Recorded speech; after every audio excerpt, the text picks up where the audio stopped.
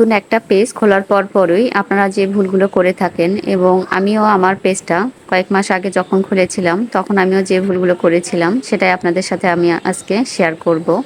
আমি আমার পেজের লিংক আমার আত্মীয় স্বজন, বন্ধু বান্ধব এবং কিছু পরিচিত মানুষকে দিয়েছিলাম মেসেঞ্জারের মাধ্যমে। কিন্তু তখন আমি এটা জানতাম না যে পেজের লিংক এভাবে শেয়ার করতে হয় না। এভাবে পেজের লিংক শেয়ার করলে পেজের ক্ষতি হয়, পলিসি ইস্যু আসে অথবা ভায়োলেশনস আসে।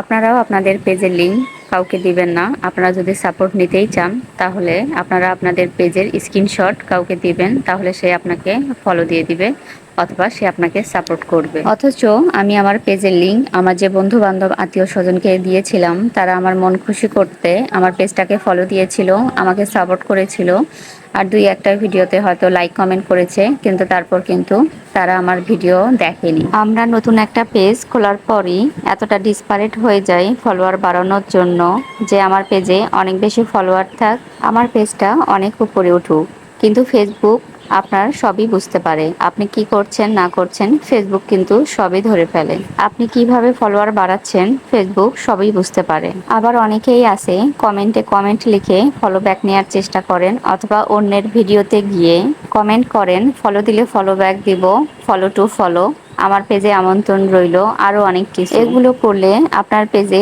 পলিসি ইস্যু আসে, অথবা দেখা যাবে আপনি এত কষ্ট করে একটা পেজ চালাচ্ছেন আর্নিং এর জন্য, এই পেজে আপনার কখনো ফেসবুক মনিটাইজেশনই দিবে না অথবা রেস্ট্রিক্টেড করে দিবে। আবার অনেকেই আরেকটা ভুল করে থাকে, টাকা দিয়ে ফলোয়ার কিনে থাকে। তো টাকা দিয়ে ফলোয়ার কিনলে তাতেও কিন্তু পেজের ক্ষতি হয়। কেননা ফেসবুক যদি এটাই বুঝতে পারে যে আপনি ফলো দিয়ে ফলো ব্যাক নিচ্ছেন, তো আপনি টাকা দিয়ে ফলোয়ার কিনছেন, এটা কি ফেসবুক বুঝতে পারবে না?